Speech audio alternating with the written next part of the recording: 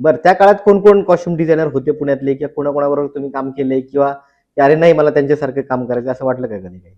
मी खरं तर तेव्हा जास्तीत जास्त हिंदीमध्येच काम करायचो, बरं. मराठीमध्ये खूप कमी काम करायचो. त्याच्यानंतर मी संयोगिता भावेसोबत एक काम केलं. हम्म. एक सिरियल केली मी स्मिता तळवळकरांची, बरं. सुवासिनी.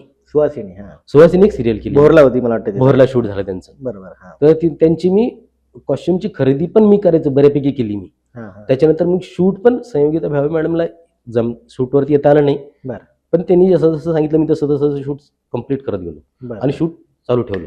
तेव्हा मला आवड झाली खरं तर, की ते एकतर तो हिस्ट्रिकल विषय होता. हो हो हो. हा, एकतर असं चांगली पिरियडिक विषय होता तो. सिरियल खूप छान चालली पण ती. सिरियल. ते त्याच्यामुळे ना मला ती आवड होत गेली की बरं. आपण मी करू शकतो, अच्छा अच्छा अच्छा. आणि मी करत गेलो. स्मिता तळवळकर मॅडमचं खूप सहकार्य मिळालं त्याच्यामध्ये. बरं बरं बरं. कुठल्या कुठल्या सिरियल केल्या, सिरियल कुठल्या कुठल्या आपल्या सहाय्यक म्हणून किंवा प्रमुख म्हणून कुठल्या कुठल्या केल्यात आपण? खरं तर मी सिरियल सहाय्यक म्हणूनच भरपूर केल्या. बरं. जसं की सुवासिनी केली, धुंडलेंगी मंजिल केली मी, एक हिंदी होती संजय सुरकरांची सिरियल. वाटतं नायडू बंगल्यात पुण्यात शूटिंग होती. पुण्यात नायडू बंगल्यात, ती खटाव बंगल्यामध्ये हो हो. ते खूप दिवस एक राहिलं चालू होतं. होती ते. ती पण एक दोन सिरियल तर मी करत. संजय सुरकरांची फिल्म होती, मालिका होती ती. तीच होती धुंडलेंगी मंजिल. एकनाथ दादा कदम त्याचे आर्ट डिरेक्टर होते. हा, एकनाथ दादामुळे त्याच्यात त्या आर्टला पण मी करायचो. बरं. आणि त्याच्यानंतर आर्टचे कॉस्ट्युम सेटअप लावून देणं. बरं जेव्हा फ्री असेल तेव्हा मी आर्टला काम करायचो. बरं. त्या पिरियडमध्ये मी खरं तर मी सुनील भडाळे, ते दत्तोबा मामा, हो भनगे मामा आपले. नाही दत्तोबा भनगे वेगळे हो हो. आणि दत्तोबा भडाळे वेगळे, आलं लक्षात आलं. हा. त्या दोघांसोबत पण मी काम केले. हम्म. आणि त्याच्यानंतर आपलं प्रकाश साळुंके होते ड्रेसमॅन, हो हो. ते तर मी त्यांच्याकडे काम करायचो. आणि मग मी हळूहळू ते हिंदीचे ऍड फिल्म वगैरे करायचो ना मी ड्रेस म्हणून. बरोबर. आणि एक दिवशी मला एक अशी ऑफर आली की तू ड्रेसमॅन घेऊन येतो का पुण्यातली. हे खूप मोठी ऍड केली मी, बरं. हॉलिवूडची ऍड होती.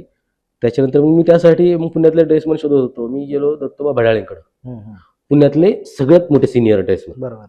मग त्यांच्याकडे गेलो. मी त्यांना बोललो की असं असं आहे मामा, आपण काम करूयात का? ते म्हणले हो करूयात. मग त्यांनी मला पहिल्यांदा अट ठेवली की तू जर मला 1500 पेमेंट करशील तरच मी तुझ्याकडे येणार. बरोबर. अच्छा म्हणलं, मी चालेल, मी विचारून बघतो म्हणलं. आणि मी पुढे विचारलो, पुढं तर खरं तर सांगायचं म्हणलं तर पुढे 1800 पेमेंट होतं एक ड्रेसमॅनला. पहिल्यांदा मला असं वाटतं की पेमेंट वगैरे ड्रेसमॅनचं वाढवण्यामध्ये मी खरंच फास्ट होतो.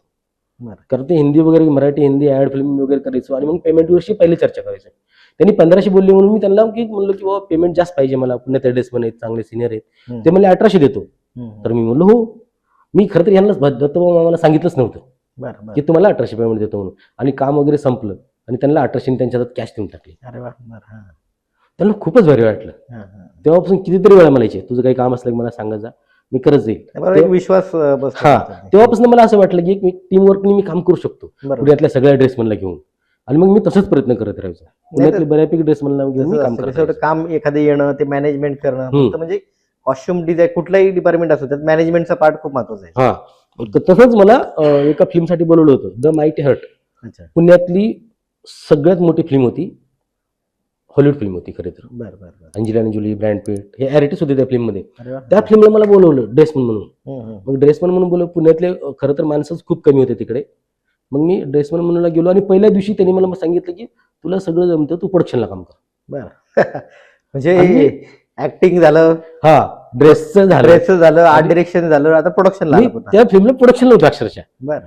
तर काय होतं, ते हॉलिवूडच्या टीमचं, म्हणजे प्रोडक्शनच्या टीमचं मी गोष्टी मॅनेज करून द्यायचं त्यांना. बऱ्यापैकी पर्चेसिंग होतो मी. बरोबर. पर्चेसिंग करून द्यायचो. हॉलिवूडच्या टीमला चहा, कॉफी, जे काय लागतं, फळ, फ्रूट मी सगळं आणून द्यायचो. बरोबर.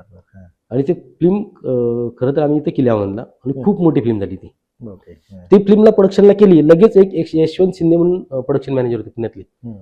तर त्यांनी मला एक फिल्म दिली, शिवाजी द बॉस. रजनीकांतची फिल्म. पहिल्यांदा मी रजनीकांतला बघितलं फिल्म लाईन मध्ये येऊन, की असं की ही व्यक्ती आहे रजनीकांत. जेव्हा तो सीन होता तो वाला सीन, आणि त्याच दिवशी मी येऊन झालो होतो की शूटच्या पहिल्या दिवशी तो वाला सीन होता. जेव्हा रजनीकांतला बघितलं मी, तेव्हा मला वाटलं की हा, मी खरंच आता फिल्म लाईन मध्ये आहे. बरोबर. आणि मराठी, हिंदी, तमिळ ह्या सगळ्या फिल्म लाईन मध्ये आहे. कारण मी इंग्लिश फिल्म केली होती, मराठी केली, हिंदी केली, ती तमिळ होती ती पण केली. तेव्हा मला खूप छान वाटलं खरं तर त्यांना बघून.